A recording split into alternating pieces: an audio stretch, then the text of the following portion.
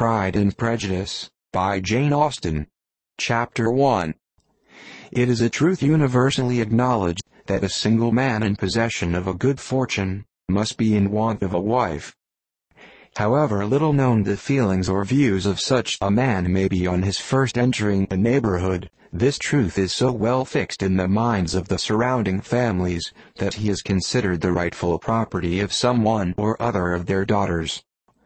"My dear Mr. Bennet," said his lady to him one day, "have you heard that Netherfield Park is let at last?" Mr. Bennet replied that he had not.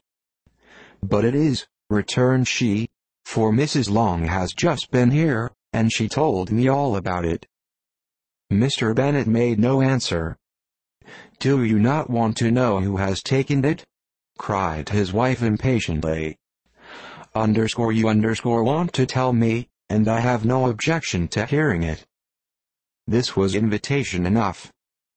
"Why, my dear, you must know, Mrs. Long says that Netherfield is taken by a young man of large fortune from the north of England, that he came down on Monday in a chaise and four to see the place, and was so much delighted with it, that he agreed with Mr. Morris immediately, that he is to take possession before Michaelmas, and some of his servants are to be in the house by the end of next week."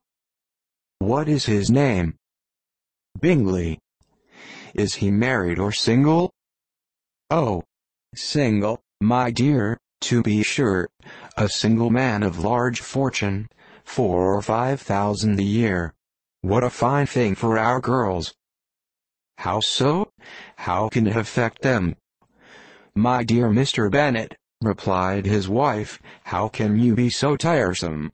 You must know that I am thinking of his marrying one of them." "Is that his design in settling here?" "Design? Nonsense, how can you talk so? But it is very likely that he may fall in love with one of them, and therefore you must visit him as soon as he comes."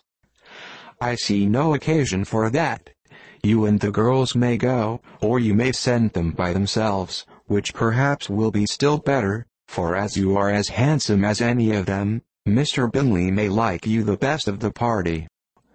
"My dear, you flatter me. I certainly have had my share of beauty, but I do not pretend to be anything extraordinary now.